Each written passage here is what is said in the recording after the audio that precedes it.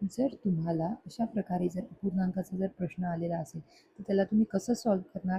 जर अपूर्णांकामध्ये तुम्हाला प्लस किंवा मायनस म्हणजे बेरीज किंवा वजाबाकी जर करायची असेल तर कधीही तुम्हाला अपूर्णांकाचा जो छेद असते तो सारखा असायला पाहिजे, तेव्हाच तुम्ही डायरेक्ट त्याची बेरीज किंवा वजाबाकी करू शकता. पण जर तुम्हाला अपूर्णांकाचा जो छेद आहे तो जर वेगळा असेल तर त्यावेळेस तुम्हाला तिरपा गुणाकार करून त्याच्या आधी छेद सारखा करावा लागते आणि त्याच्यानंतर तुम्ही बेरीज किंवा वजाबाकी करू शकता. तर आता या कंडिशनमध्ये तुम्हाला काय दिलेलं आहे? 3/5 आहे मायनस 1/5 आहे. आता दोघांचे जे छेद आहे ते सारखे आहेत, याच्यामध्ये तुम्हाला छेद सारखे करायची गरज नाही.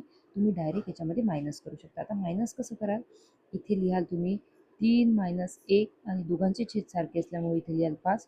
3 मधून 1 गेले राहतील 2, म्हणजे तुमचा आन्सर येईल 2/5 म्हणजे 2 5 हे आहे याचा आन्सर.